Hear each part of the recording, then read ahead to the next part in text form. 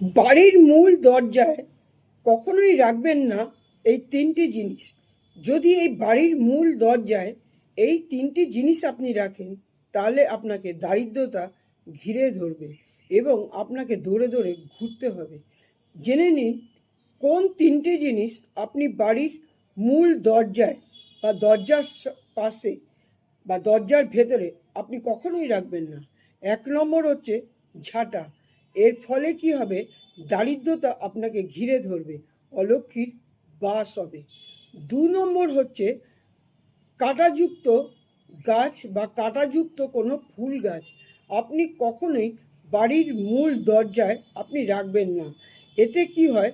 আপনার ঘরে ঝগড়া ঝামেলা অশান্তি সব সময় লেগে রাখবে।